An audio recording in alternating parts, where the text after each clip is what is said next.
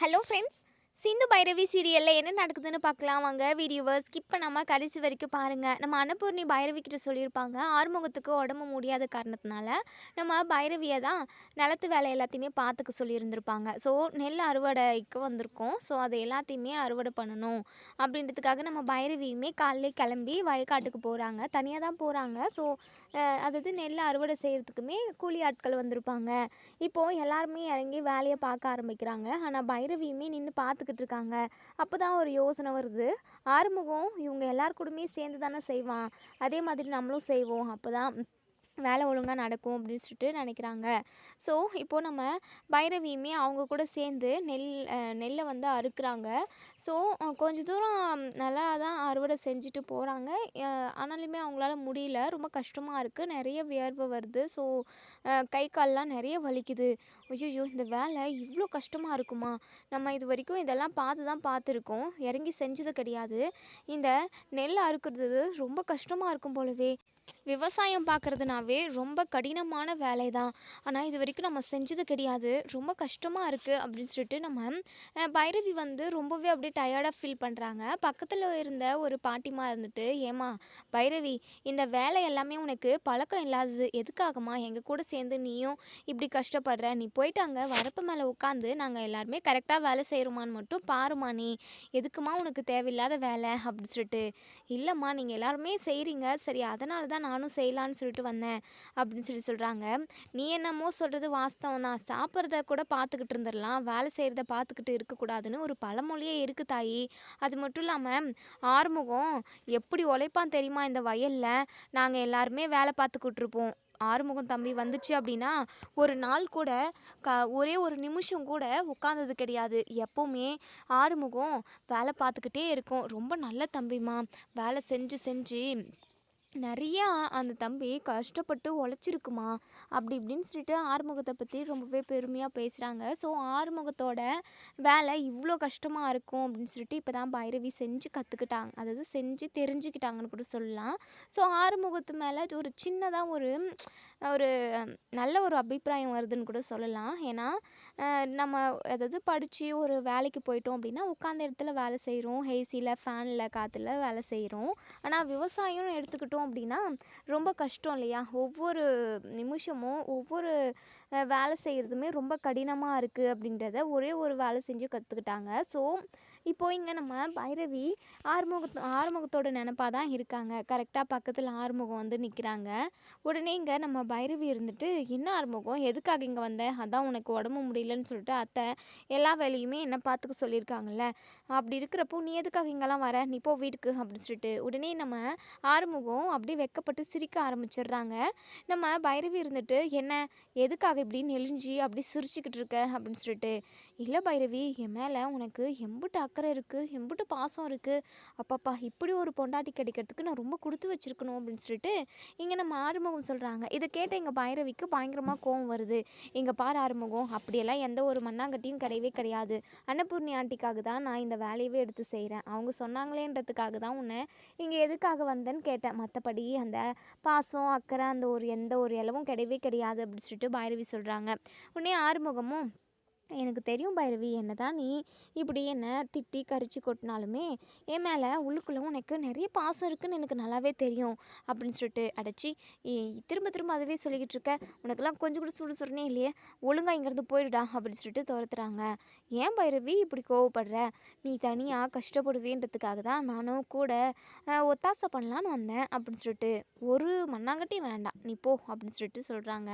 உடனே நம்ம அதை வந்து ஆறுமுகம் இருந்துட்டு, என்ன காலையிலேருந்து இவ்வளோ தான் வேலை நடந்திருக்கா, கூட மாட நீ செய்ய மாட்டியா பைரவி அப்படின்னு சொல்லிட்டு கேட்கவும், உடனே இங்கே பைரவி இருந்துட்டு, அதெல்லாம் எனக்கு தெரியும், தேவையில்லாமல் இங்கே நின்று எதுவும் பேசிக்கிட்டு இருக்காத, ஒழுங்காக போயிடு எரும மாடு போடா அப்படின்ற மாதிரி சொல்கிறாங்க.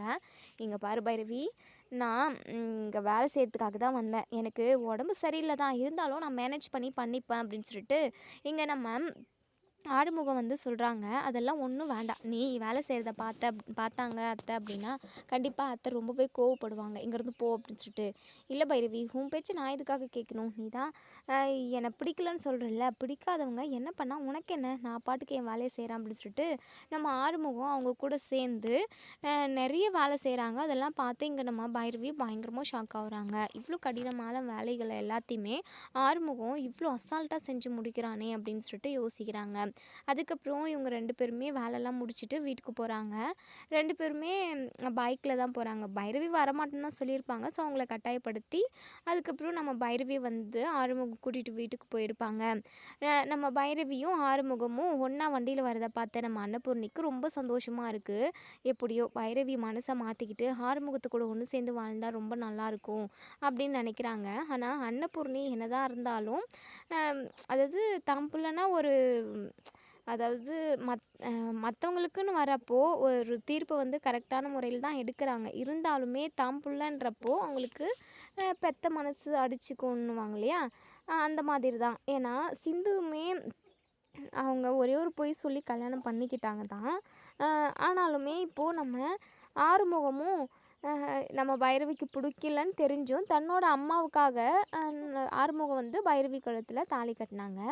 அப்படி பார்த்தா ஆறுமுகம் பண்ணதுமே ஒரு விதத்தில் தப்பு தான். ஆறுமுகம் வந்து ரொம்ப ரொம்ப நல்ல பர்சன் தான். அப்படி இருந்தாலுமே அவங்க பைரவி விருப்பம் இல்லாமல் தாலி கட்டினது ரொம்ப தப்பு தான். ஸோ வாழ்க்கை, அதாவது கல்யாண வாழ்க்கைன்றது ஒரு மிகப்பெரிய விஷயம். கல்யாணன்றது ஒருத்தவங்களோட லைஃப்பில் ரொம்ப ரொம்ப முக்கியமான விஷயம்னு கூட சொல்லலாம். ஸோ அப்படி இருக்கிறப்போ நம்ம பைரவி அவங்களோட வாழ்க்கையை பற்றி நிறைய கனவுகளோடு இருந்திருப்பாங்க. ஸோ அதையும் தாண்டி இப்போது தன்னோட அப்பா அம்மாவுக்காக மணமேடைக்கு ஏறி வந்திருப்பாங்க. தன்னோட விருப்பத்தை சொல்லியுமே ஆறுமுகம் தன்னோட அம்மாவுக்காக தாலி கட்டியிருப்பாங்க. ஸோ அதுவுமே ரொம்ப தப்பு தானே.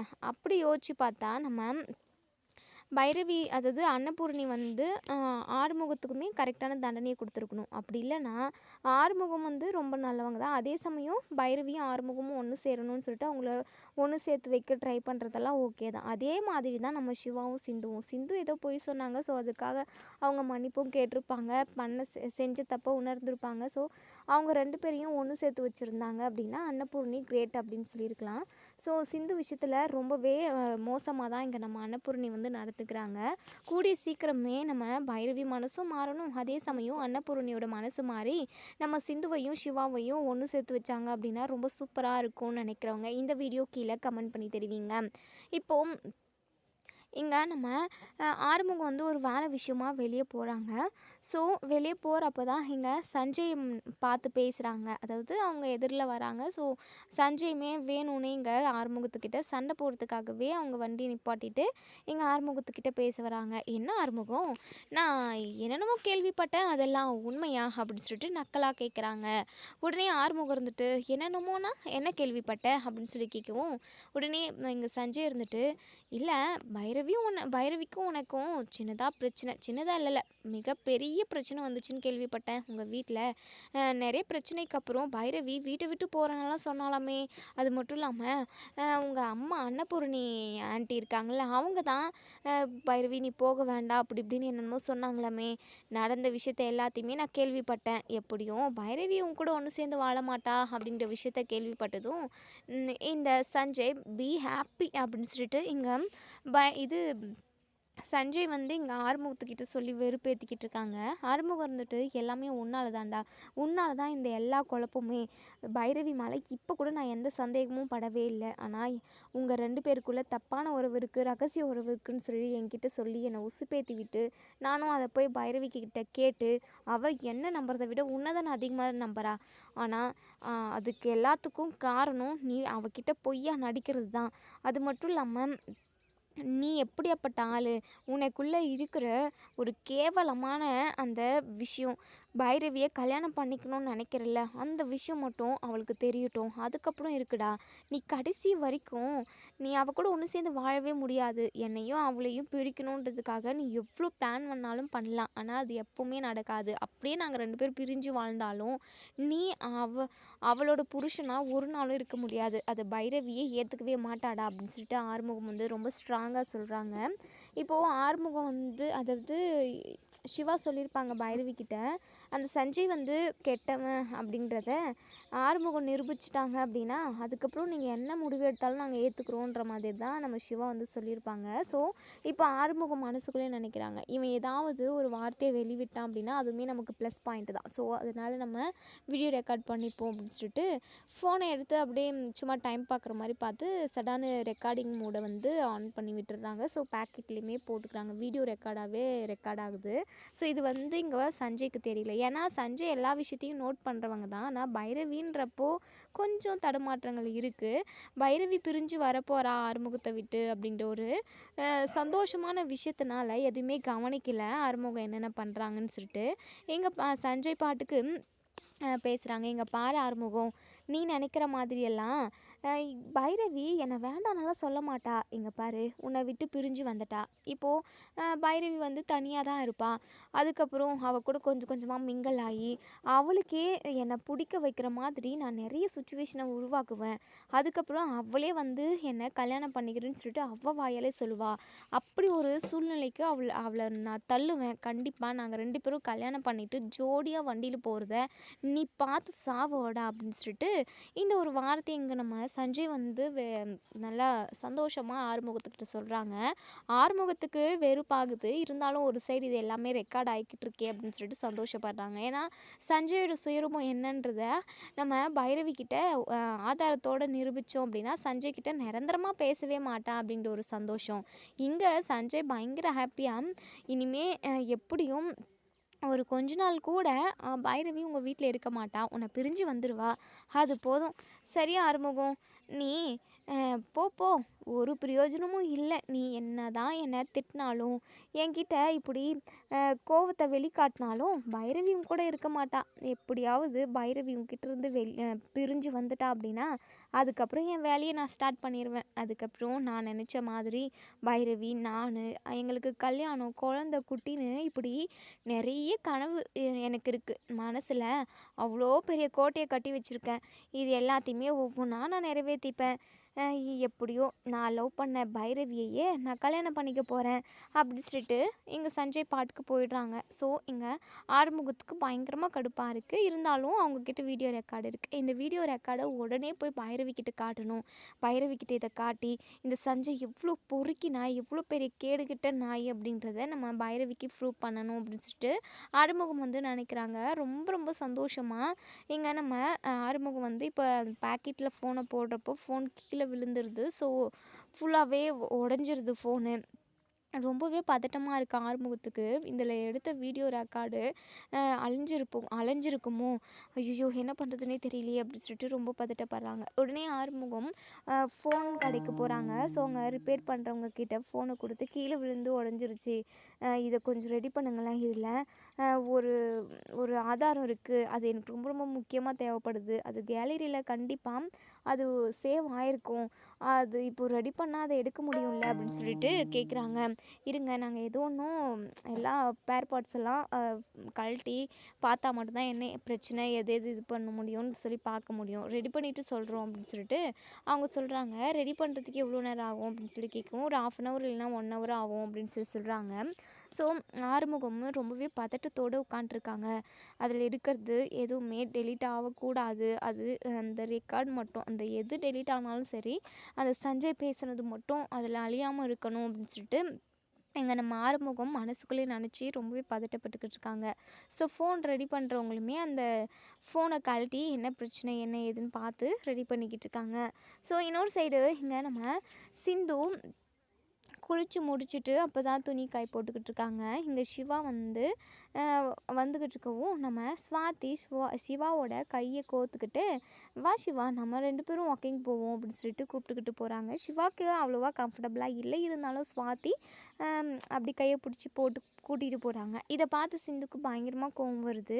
இந்த ஸ்வாதி எதுக்காக தான் நம்ம வாழ்க்கையில் இப்படி விளையாடுவான்னு தெரியலையே, அவளும் ஒரு பொண்ணு தானே, ஒரு பொண்ணோட வாழ்க்கையை கெடுக்கணும்னு சொல்லிட்டு அவளுக்கு கொஞ்சம் கூட குற்ற உணர்ச்சியே இல்லை அப்படின்னு சொல்லிட்டு சிந்து வந்து மனசுக்குள்ளேயே நினைக்கிறாங்க. ஸோ இவங்க 2 பேருமே வாக்கிங் போயிடுறாங்க.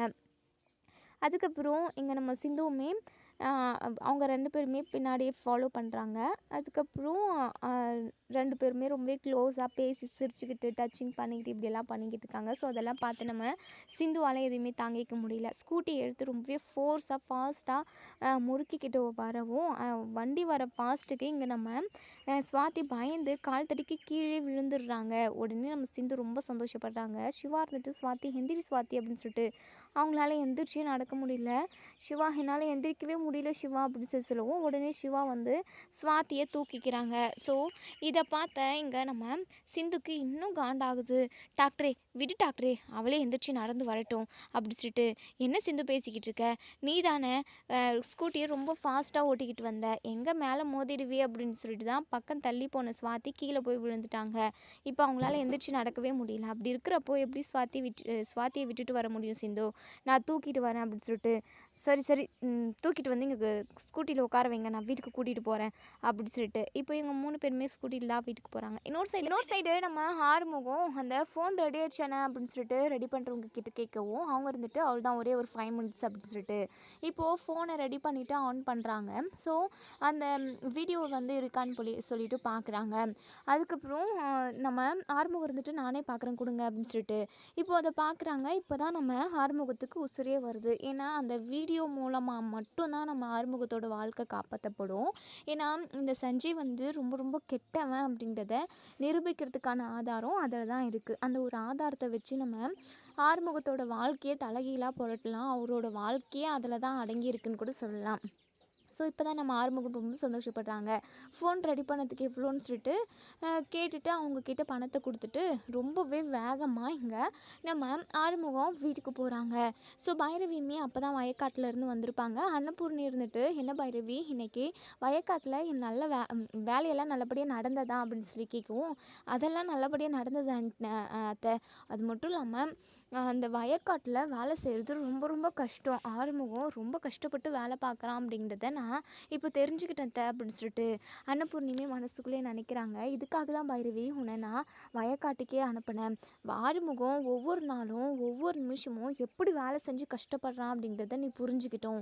அது மட்டும் இல்லாமல் ஆறுமுகம் இப்படி ஏன் முரட்டுத்தனமாக இருக்கான் அப்படின்றதையுமே பைரவி புரிஞ்சுக்கிட்டு பைரவி ஆறுமுகத்தோட மனசை புரிஞ்சு அவங்க 2 பேரும் ஒன்று சேர்ந்து வாழணும் அப்படின்ற மாதிரியெல்லாம் அன்னபூர்ணி மனசுக்குள்ள நினைக்கிறாங்க. சரி பைரவி, நீ ரொம்ப டயர்டாக இருப்பேன், நீ போயிட்டு ரெஸ்ட் எடு, ஃப்ரெஷ்அப் ஆகிட்டு அப்படின்னு சொல்லி சொல்கிறாங்க. ஸோ இப்படி இவங்க 2 பேரும் பேசிக்கிட்டு இருக்க டைம்லேயே நம்ம ஆறுமுகமும் வண்டியை நிப்பாட்டிட்டு உடனே ஓடோடி வராங்க. எங்கள் ஆறுமுகம் மூச்சு வாங்கிக்கிட்டு ஓடி வர்றதை பார்த்த அன்னபூரணி உடனே ஆறுமுகத்துக்கிட்ட, என்னாச்சு ஆறுமுகம், ஏன் இவ்வளோ பதட்டமாக இவ்வளோ வேகமாக ஓடி வர, முகமெல்லாம் அப்படியே வேத்து கொட்டி இருக்கு, என்னப்பா விஷயம், என்னையா அப்படின்னு சொல்லி கேட்கவும் நம்ம பைரவியுமே என்ன இது ஆறுமுகம் இவ்வளோ வேகமாக ஓடி வரான், என்னதான் தெரியலையே, தலை போகிற விஷயம் மாதிரி ஓடி வரான் அப்படிங்கிற மாதிரியெல்லாம் மனசுக்குள்ளே நினைக்கிறாங்க.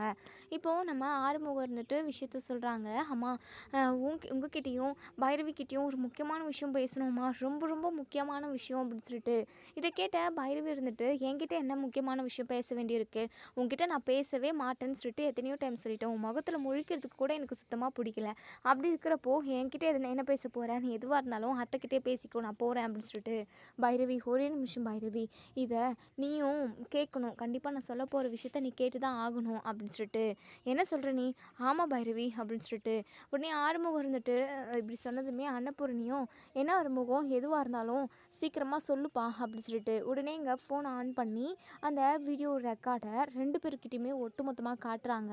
ஸோ அதை பார்த்த இங்கே நம்ம பைரவி பயங்கரமாக அதிர்ச்சியாகி போய் நிற்கிறாங்க. பயங்கர அதிர்ச்சி அவங்களுக்கு. ஏன்னா சஞ்சய் வாயாலேயே சஞ்சய் வந்து சொல்கிற ஒவ்வொரு விஷயத்தையுமே கேட்குறாங்க. பைரவி எனக்கு தான், அவளை நான் உயிருக்குயிராக நேசித்தேன், நான் நேசித்த பொண்ணை நான் கண்டிப்பாக அடையுவேன், அவ கூட கல்யாணம் பண்ணிக்கிட்டு குழந்தை குட்டின்னு சொல்லிட்டு நான் சந்தோஷமாக வாழ போகிறேன், அதை பார்த்து நீ சாவ போகிறடா அப்படிங்கிற மாதிரிலாம் நம்ம சஞ்சய் வந்து பேசியிருப்பாங்க. அது மட்டும் இல்லாமல் நம்ம பைரவிக்காக நான் என்ன வேணாலும் பண்ணுவேன் அப்படி இப்படின்னு நிறைய சொல்லியிருப்பாங்க. ஸோ சஞ்சயோட உள்நோக்கம் என்ன, அவர் மனசுக்குள்ளே என்ன இருக்குது அப்படின்றத எல்லாமே அந்த வீடியோ மூலமாக இங்கே நம்ம பைரவி தெரிஞ்சுக்கிறாங்க. ஸோ அதை பார்த்து நம்ம பைரவி பயங்கரமாக ஷாக் ஆகி போய் நிற்கவும் அன்னபூர்ணி இருந்துட்டு, ஆறுமுகம் என்னையா இது அப்படின்னு சொல்லிட்டு, என்னம்மா உனக்கு தெரியலையா என்னன்னு சொல்லிட்டு, இது அந்த சஞ்சய் என்கிட்ட இன்னைக்கு பார்த்து என்கிட்ட பேசினான். நம்ம வீட்டில் நடந்த பிரச்சனை எல்லாத்தையுமே தெரிஞ்சுக்கிட்டு பைரவி என்னை விட்டுட்டு போகிறதா சொல்லி என்னை எப்படியெல்லாம் அசிங்கப்படுத்தி பேசினான் தெரியுமாம்மா? அது மட்டும் இல்லாமல் பைரவி கண்டிப்பாக உன்னை பிரிஞ்சு வந்துடுவா. பிரிஞ்சு வந்ததுக்கப்புறம் அவளோட மனசை கொஞ்சம் கொஞ்சமாக மாற்றி அவளை நான் கல்யாணம் பண்ணாமல் விட மாட்டேன்னு சொல்லிட்டு அவன் எப்படியெல்லாம் பேசினான் தெரியுமாம்மா? அந்த நிமிஷம் தான் எனக்கு தோணுச்சு, இதை நம்ம வீடியோ ரெக்கார்டாக எடுத்துக்குவோம். கண்டிப்பாக இந்த ஆதாரத்தை காட்டினோம் அப்படின்னா அதாவது இனிமேலும் ஏதாவது பேசுவான் அவன் அப்படின்னு சொல்லிட்டு முன்கூட்டியே தெரிஞ்சுக்கிட்டு தான் நான் இந்த வீடியோ ரெக்கார்டவே பண்ணேன். அவனுக்குமே இந்த வீடியோ ரெக்கார்ட் பண்ணுறது தெரியாது. அதான் இந்த ஆதாரத்தை பைரவி பார்த்தா அப்படின்னா சஞ்சயோட சுயரூபம் என்னன்னு சொல்லிட்டு அவள் தெரிஞ்சுப்பான்றதுக்காக தான் நான் இந்த வீடியோவை ரெக்கார்டவே பண்ணேன் அப்படின்னு சொல்லி சொல்கிறாங்க. ஸோ இதை கேட்டேன் இங்கே நம்ம இது அன்னபூரணி இருந்துட்டு ஆறுமுகம் இது உண்மை ஐயா அப்படின்னு சொல்லிட்டு அம்மா உண்மைதாம்மா அப்படின்னு சொல்லவும் உடனே பைரவி இருந்துட்டு இங்கே பாரு ஆறுமுகம் இந்த மாதிரி ஏஐ மூலமாலாம் எப்படி வேணாலுமே ரெடி பண்ணலாம், நீ பொய் சொல்லாமல் சொல்லு அப்படின்னு சொல்லிட்டு உடனே ஆறுமுகம் இருந்துட்டு இங்கே பாரு பைரவி நீ சொல்கிற மாதிரி இந்த ஏஐ அது இதனால எனக்கு தெரியாது. அது மட்டும் இல்லாமல் அது மூலமாக எனக்கு எடிட் பண்ணவும் தெரியாது. இது உண்மையாகவே எடுத்தது தான். உண்மையாகவே அதாவது எப்படி சொல்கிறது, வேணா உனக்கு தெரிஞ்சவங்க மூலமாக இது உண்மையா இல்லை ஏஐ மூலமாக எடிட் பண்ணதான்றதை நீ கன்ஃபார்ம் பண்ணிக்கோ பைரவி. ஆனால் இந்த வீடியோவில் எப்படி பேசியிருக்கானோ அதுதான் அவனோட மனசு, அவனோட எண்ணமும் அதுதான், அவனோட நோக்கமும் அதுதான். தயவு செஞ்சு அவனை பற்றின விஷயத்த நீ தெரிஞ்சுக்கிட்டு அவன் எவ்வளோ பெரிய கெட்டவன் அப்படிங்கிறத புரிஞ்சுக்கிட்டு அவனை விட்டு விலக பாரு. அவன் தப்பான எண்ணத்தோடு தான் உன்னை பார்க்குறான், பேசுகிறான். உனக்காக ஒவ்வொன்றுத்தையும் பண்ணுறது எல்லாமே அவனோட சுயநலத்துக்காக தான் அப்படின்னு சொல்லிட்டு இங்கே நம்ம ஆறுமுகமும் எல்லாத்தையுமே சொல்கிறாங்க. ஸோ இதை கேட்டு எங்கள் பைரவியுமே யோசிக்க ஆரம்பிச்சிடுறாங்க. அது மட்டும் இல்லாமல் அதை தெளிவாக பார்க்கவும் அந்த வீடியோ வந்து உண்மையாக ஹெச்டியாக அது மட்டும் இல்லாமல் உண்மையான வீடியோ மாதிரி தான் இருக்குது. ஏஐ மூலமாக ரெடி பண்ணியிருந்தா அது ஒரு மாதிரி டிஃப்ரெண்ட்டாக தெரியும். ஸோ அது எல்லாத்தையுமே யோசிச்சு பார்க்குறாங்க. இப்போது இங்கே அன்னபூர்ணி இருந்துட்டு உடனே பைரவி ஆறுமுகம் சொல்கிறது எனக்குமே உண்மைன்ற மாதிரி தான் தெரியுது. இங்கே பாரு பைரவி, யாராக இருந்தாலும் பெஸ்ட்டு ஃப்ரெண்டாக இருந்தாலுமே நம்ம அவங்கக்கிட்டேருந்து தள்ளி இருக்கிறது தான் கரெக்டுன்னு தோணுது. அதாவது நான் உன்னை சந்தேகப்படலைம்மா, உன் மேலே எனக்கு 100% கண்டிப்பாக எனக்கு மரியாதையும் நம்பிக்கையும் எல்லாமே இருக்குது பைரவி. அதையும் தாண்டி நீ கொஞ்சம் உஷாராக இருக்கணும்னு நான் சொல்கிறேன் அப்படின்னு சொல்லிட்டு இப்போ நம்ம பைரவி ரூம்குள்ளே போயிட்டு பயங்கரமாக யோசிக்கிறாங்க. சிவாவும் சிந்துவும் அப்போ தான் வராங்க. ஸோ சிவா கிட்ட ஆறுமுகம் வந்து இந்த விஷயத்த சொல்லவும் நம்ம சிவாவுமே ரொம்பவே சந்தோஷப்படுறாங்க. எப்படியும் அந்த சஞ்சய் மேலே தான் தப்பு அப்படின்றத நீ ஆதாரப்பூர்வமாக பைரவி கிட்ட நிரூபிச்சிடல. கண்டிப்பாக பைரவி யோசித்து கண்டிப்பாக யார் தப்பானவங்க அப்படின்றத தெரிஞ்சுக்கிட்டு அவங்கக்கிட்ட பேச்சுவார்த்தையே இல்லாமல் நிறுத்திப்பாங்க. கண்டிப்பாக அந்த சஞ்சய் கெட்டவன்றதை புரிஞ்சுக்கிட்டு பைரவி சஞ்சயை ஒட்டுமொத்தமாக ஒதுக்கி வைக்க தான் போகிறாங்க. நீ கவலைப்படாத ஆறுமுகம், உன்னுடைய நல்ல மனசுக்கு எல்லாமே நல்லதாக தான் நடக்கும் அப்படின்னு சொல்லிட்டு இங்கே நம்ம சிவா வந்து சொல்கிறாங்க. சிந்துக்குமே ரொம்ப சந்தோஷமாக இருக்குது. நான் பைரவியை பார்த்து பேசிட்டு வந்துடுறேன் அப்படின்னு சொல்லிட்டு இங்கே பைரவியோட ரூமுக்கு வராங்க. இப்போ பைரவி ரொம்பவே பயங்கரமாக ஃபீல் பண்ணிக்கிட்டு இருக்காங்க. ஏன்னா சஞ்சய் ரொம்ப பெஸ்ட்டு ஃப்ரெண்டாக நினச்சிருப்பாங்க. ஒவ்வொரு விஷயத்துலையுமே சஞ்சய் வந்து பைரவிக்காக ஒவ்வொன்றையும் பார்த்து செஞ்சுருப்பாங்க. ஸோ அதை எல்லாத்தையுமே யோசிச்சு பார்க்குறப்போ சஞ்சயோட சுயநலத்துக்காக தான் எல்லாத்தையுமே இந்த சஞ்சய் நமக்காக செஞ்சுருக்கான் அப்படின்றதையுமே புரிஞ்சுக்கிறாங்க. சிந்து வந்ததுமே சிந்துவை கட்டி பிடிச்சி பயங்கரமாக அழுகுறாங்க. இதெல்லாம் நான் கொஞ்சம் கூட எதிர்பார்க்கல சிந்து. இந்த சஞ்சய் இவ்வளோ ஒரு சுயநலத்தோட அவனோட ஆசைக்காக என்கிட்ட பழகியிருக்கான். நட்பை வச்சு என் நட்பை ரொம்பவே அவமானப்படுத்திட்டான். அப்படி இப்படின்னு சொல்லிட்டு பைரவி பயங்கரமாக அழுகுறாங்க. சிந்து இருந்துட்டு நான் அப்போவே சொன்னல பைரவி, எனக்கு என்னமோ அந்த சஞ்சய் மேலே தான் சந்தேகமாக இருக்குதுன்னு சொல்லிட்டு. அது மட்டும் இல்லாமல் ஆறுமுகம் மச்சான் மேலே எந்த தப்புமே இருக்காது. உன்னுடைய விருப்பத்தை தாண்டி இது வரைக்கும் உங்ககிட்ட தப்பாக கூட நடந்திருக்க மாட்டார் ஆறுமுகம் மச்சான். அவர் ரொம்ப நல்லவர் தான். நீயும் ஆறுமுகம் மச்சானும் ஒன்று சேர்ந்து சந்தோஷமாக வாழணும் பைரவி. அப்போ தான் அன்னபூர்ணியாத்தையுமே ரொம்ப சந்தோஷப்படுவாங்க. எப்படியோ ஒன்று நீ ஆறுமுகம் மச்சானை புரிஞ்சுக்கிட்ட அப்படின்னா அதுவே போதும். அது மட்டும் இல்லாமல் இன்றைக்கி உன் வாழ்க்கை இன்றைக்கி இப்படி இருக்குது, உனக்கு பிடிக்காமல் இருக்குது அப்படின்னா அதுக்கு முக்கிய காரணமே நான் தான். என்னை மன்னிச்சிரு பைரவி. இந்த ஜென்மத்தில் உனக்கு ஆறுமுகம் மச்சான் கிடச்சிது. கிடைச்சதுக்கு நீ ரொம்ப ரொம்ப கொடுத்து வச்சிருக்கணும் பைரவி. என் மனசில் நான் சிவாவை அப்பத்துலேருந்தே சின்ன வயசுலேருந்தே என் மனசுக்குள்ளே ஆழமாக போட்டு அப்படியே புதைச்சிக்கிட்டேன். அவர் தான் என் உலகன்ற மாதிரி நான் வாழ ஆரம்பிச்சிட்டேன் பைரவி. அதான் என்னால் ஆறுமுகம் மச்சானை கல்யாணம் பண்ணிக்கிறதுக்கு என் மனசு இடம் கொடுக்கல. மற்றபடி நான் யாரையும் லவ் பண்ணாமல் இருந்திருந்தேன் அப்படின்னா அப்பாவுக்காகவும் அம்மாவுக்காகவும் நான் ஆறுமுகம் மச்சானை கல்யாணம் பண்ணியிருந்தா கூட அவரோட மனசை புரிஞ்சுக்கிட்டு லவ் பண்ண ஆரம்பிச்சிருக்கோம். லவ் பண்ணி தான் கல்யாணம் பண்ணிக்கணுன்றது கிடையாது. கல்யாணம் பண்ணிக்கிட்டும் லவ் பண்ணலாம்ல பைரவி. நீ இதை நல்லா யோசிச்சு பாரு. ஆனாலும் எம்எல்ஏயும் தப்பு இருக்குது. ஆனால் என்னை மன்னிச்சிரு பைரவி. நீ யோசிச்சு பாரு. அது மட்டும் இல்லாமல் மாருகு மச்சான் கூட ஒன்று சேர்ந்து வாழ்கிறதுக்கான வழியை நீ தேடு சரியா அப்படின்ற மாதிரி சிந்து அட்வைஸ் பண்ணுறாங்க. ஸோ பைரவியுமே யோசிக்கிறாங்க. இந்த விஷயத்தில் தப்பு பண்ணது சஞ்சய் தான். ஸோ ஆறுமுகத்து மேலே எந்த தப்புமே இல்லை அப்படின்றத புரிஞ்சுக்கிறாங்க. நம்ம பைரவி அவங்க மனசை மாற்றிக்கிட்டு ஆறுமுகத்து கூட ஒன்று சேர்ந்து வாழ போகிறாங்களா, இல்லை வேறு என்ன முடிவெடுக்க போகிறாங்க அப்படிங்கிறத நம்ம வெயிட் பண்ணி பார்ப்போம் ஃப்ரெண்ட்ஸ். நீங்கள் என்ன நினைக்கிறீங்க? ஆறுமுகமும் பைரவியும் ஒன்று சேர்ந்து வாழ்ந்தால் ரொம்ப நல்லாயிருக்கும். அப்படி ஒரு முடிவை நம்ம பைரவி எடுக்கணும்னு நினைக்கிறவங்க இந்த வீடியோ கீழே கமெண்ட் பண்ணி தெரிவிங்க. தேங்க்